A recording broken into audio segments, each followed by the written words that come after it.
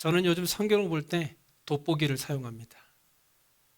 저도 눈이 좋다고 자부하던 사람 중에 한 명이었는데 이제는 성경을 보거나 책을 볼 때 돋보기를 쓰는 것이 자연스러운 나이가 된 것 같습니다.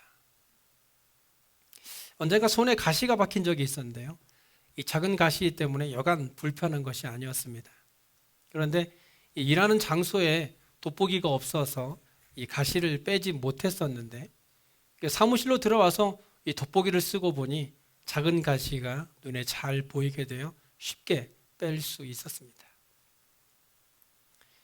이처럼 돋보기는 잘 보이지 않는 것을 볼 수 있어서 참 좋은 것임에는 틀림이 없지만 이런 돋보기를 다른 사람의 작은 티를 찾는 데 사용하시는 분들이 계십니다.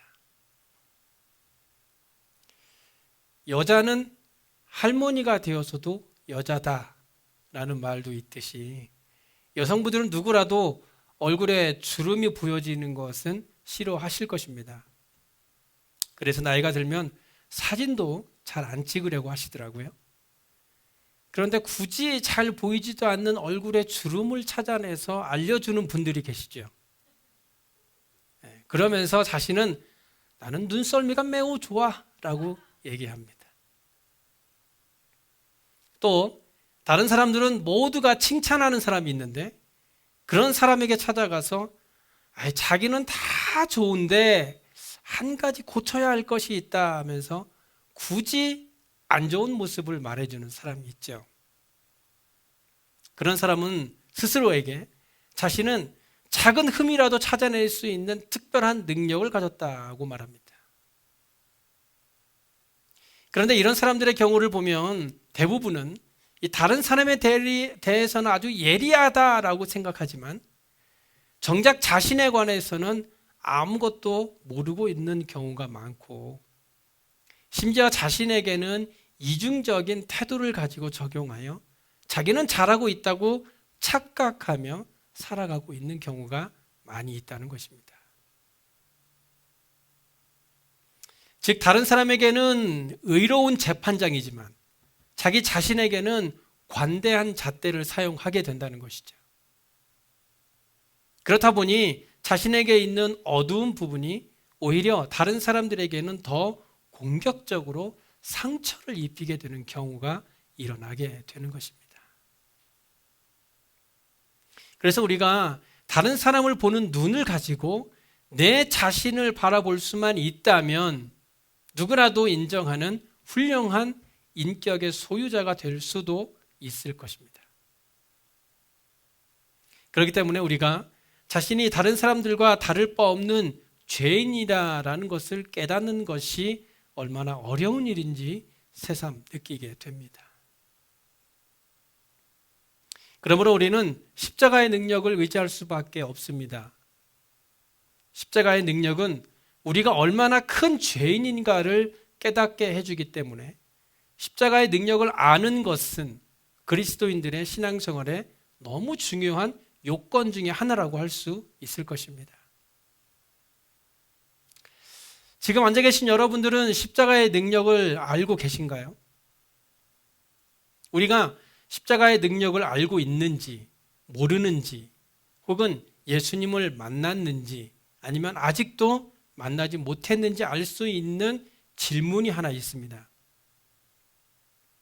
당신은 지금까지 자신보다 더 악질인 사람을 만나본 적이 있습니까? 여러분 어떠세요? 여러분이 지금까지 살아오면서 여러분보다 더 악질적인 사람을 만나본 적이 있으세요? 아니면 만나지는 못했더라도 TV를 통해서나 혹은 기사를 통해서라도 여러분보다 더 악하다고 생각했던 사람이 있으셨나요? 그런데 안타깝게도 만약 이 질문에 여러분의 머릿속에 생각나는 사람이 있다라고 한다면 여러분은 아직 십자가의 능력을 모르고 있는 것입니다. 왜냐하면 십자가를 보는 눈이 뜨인 사람은 누구도 자기를 의롭다고 생각하지 않기 때문입니다. 십자가의 능력을 아는 사람은 남을 정죄할 수 없습니다. 십자가의 은혜를 입은 사람이라면 자기가 죄인임을 깨달았기 때문에 다른 사람을 정죄할 수 있는 어떤 의로움도 자신에게 없음을 깨닫게 된다는 것입니다. 여러분은 지금 여러분의 머릿속에 생각나는 그 약한 사람 때문에 예수님께서 십자가에서 죽으신 것도 맞습니다. 하지만 그 사람 때문에 예수님이 십자가에 죽으신 것이 아니라 저와 여러분을 위해서, 오직 나의 죄를 위해서 십자가에서 죽으신 것입니다. 내가 그런 죄인이기 때문에 예수님은 십자가에서 죽으셔야만 했던 것입니다. 그렇기 때문에 이 세상에 나보다 더 나쁜 사람, 나보다 더 악질인 사람은 없다는 것입니다. 사도 바울은 예수님을 영접하기 전에는 스스로 의로운 사람이라고 생각했습니다. 자신의 의로 가득 찼던 바울은 당시에 그리스도인들을 잡아서 죽이는 것이 의를 행하는 방법이라고 생각했어요. 그래서 그는 이 스데반 집사를 돌로 쳐 죽이는 그 현장의 책임자로 있기도 했던 것입니다. 그랬던 바울이 예수님을 만나고 회심한 후에 이 빌립보 교인들에게 편지를 쓰면서 자신의 과거의 삶을 돌이키며 이렇게 말했습니다. 나는 8일 만에 할례를 받고 이스라엘 족속이요 베냐민 지파요 히브리인 중에 히브리인이요 율법으로는 바리새인이요 열심으로는 교회를 박해하고 율법의 의로는 흠이 없는 자라. 예수님을 만나기 전에 바울은 자신의 기준을 따라 예수님을 믿는 사람들을 판단하고 박해하였습니다. 그때만 해도 자신은 율법으로는 흠이 없는 자라고 생각할 만큼 완벽한 사람이라고 생각했어요. 그래서 그는 그리스도인들을 박해하고 죽이는 일조차 의로운 일이라고 생각했던 것입니다. 그랬던 그가 예수 믿는 사람들을 잡아 죽이려고 다메섹으로 가다가 예수님을 직접 만나게 되었습니다. 율법적으로 완벽하다고 생각했던 그가 부활하신 예수님을 만나고 나서 이렇게 고백하죠. 미쁘다 모든 사람이 받을 만한 이 말이여 그리스도 예수께서 죄인을 구원하시려고 세상에 임하셨다 하였도다. 죄인 중에 내가 괴순이라. 예수님을 만나기 전, 그러니까 십자가의 능력을 알지 못했을 때의 바울은 돋보기를 가지고 사람들을 바라보며 작은 흠집까지 찾아내서 그들을 정죄하고 심지어는 죽이기까지 했던 그가 예수님을 만난 후로는 자신을 죄인 중에 괴수라고 고백하고 있습니다. 이것이 바로 십자가의 능력이며 자기 죄를 깨닫는 사람의 모습인 것입니다. 다른 사람들의 죄를 들춰내고 율법으로 정죄하며 그로 인해서 박해하고 죽이기까지 했던 바울은 정작 자신도 그들과 다를 바 없는 죄인, 아니 그런 죄인들 중에서도 자신이 가장 큰 죄인이라는 사실을 깨닫게 되었을 때에 예수님께서 다른 사람들이 아닌 자기를 위해 십자가에서 죽으셨다는 사실을 비로소 깨닫게 된 것입니다. 오늘 본문의 말씀은 다른 사람을 비판하는 것에 대한 말씀입니다. 잘된 것은 잘됐다, 잘못된 것은 잘못됐다고 말하는 것이 무슨 잘못이겠습니까? 그런데 문제는 그것을 어떻게 접근하며 어떠한 방법으로 그 일을 해결하는가가 매우 중요하다는 것입니다. 그리고 그렇게 해결하는 것보다 더 중요한 것은 그렇게 하기 전에 먼저 자신을 돌아보아야 한다는 것입니다. 본문 1절에 비판을 받지 아니하려거든 비판하지 말라고 말씀합니다. 자신은 다른 사람으로부터 비판받는 것조차 참지 못하고 분노하면서도 자신은 남에 대해서 너무 쉽게 비판하는 우리의 모습을 경고하고 있는 것이죠. 우리는 다른 사람에 대해서 왜 비판하게 되는 것일까요? 이것은 세 가지로 생각해 볼 수 있는데요. 먼저는 그 사람이 잘못했기 때문에 비판하는 거예요. 잘못했기 때문에 비판하는 거예요. 그리고 또 하나는 잘못하지 않았는데 내가 그것을 잘못 판단해서 비판하는 겁니다. 나의 잘못된 판단으로 비판하는 거죠. 마지막으로 그 사람이 잘못하지 않았음에도 불구하고 내가 그 사람을 비판함으로 인해서 나에게 어떤 유익이 돌아온다고 생각했기 때문에 비판하는 경우입니다. 그러니까 우리가 다른 사람들을 비판하는 경우를 보면 정말 상대가 잘못한 경우도 있고 또 잘못하지 않았는데 내가 오해하는 경우도 있고 또 그가 잘못하지 않았다는 것을 알면서도 내가 내 유익을 위해서 그 사람을 억지로 잘못했다고 몰아넣는 경우도 있다는 것입니다. 하지만 어떤 경우에도 우리가 가장 먼저 생각해 보아야 할 것은 나는 그 사람을 비판할 자격이 있느냐 하는 것입니다. 비판할 자격이 있느냐. 본문 4절에 보라 내 눈 속에 들보가 있는데 어찌하여 형제에게 말하기를 나로 내 눈 속에 있는 티를 빼게 하라 하겠느냐. 세상에 욕심이 없는 사람은 없죠. 그런데 자기가 부리는 욕심은 괜찮고 다른 사람이 부리는 욕심에 대해서는 손가락질하며 비난합니다. 자기도 이기적이면서 이기적인 사람을 보면 고개를 흔들며 누가 말릴 수 있느냐고 말합니다.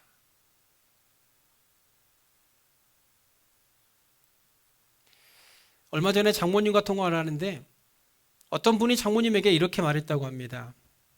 우리가 전도를 하려면 하얀 거짓말은 해도 괜찮아. 하얀 거짓말. 이게 무슨 이야기인가 들어보니까요. 이 교회가 전도를 하기 위해서 수세미를 손으로 떴다고 해요. 그런데 그 수세미를 가지고 전도 대원들이 전도 대상자들을 만나러 가서 그것을 전해줄 때 그것을 이 다른 사람이 만들었다고 하지 않고 당신을 위해서 내가 직접 만든 겁니다 라고 주라는 거예요. 그래야 전도가 더 잘 된다 그런 이야기겠죠. 여러분 하얀 거짓말이라는 게 있습니까? 전도를 위해서나 혹은 좋은 일을 위해서 하는 거짓말은 괜찮은 거니까 해도 되는 것인가? 거짓말은 그냥 거짓말이지 하얀 거짓말이라는 것은 그냥 듣기 좋으라고 포장해서 말하는 것밖에 되지 않는 거예요.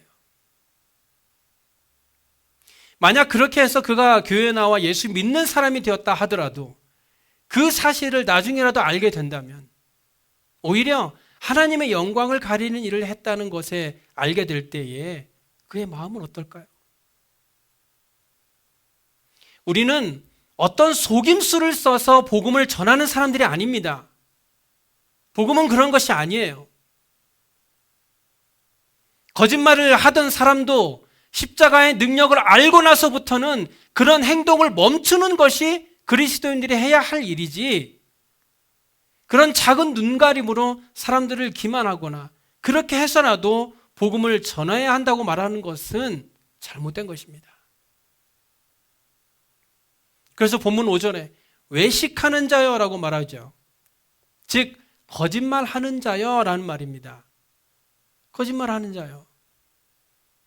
우리의 삶을 한번 돌아보세요.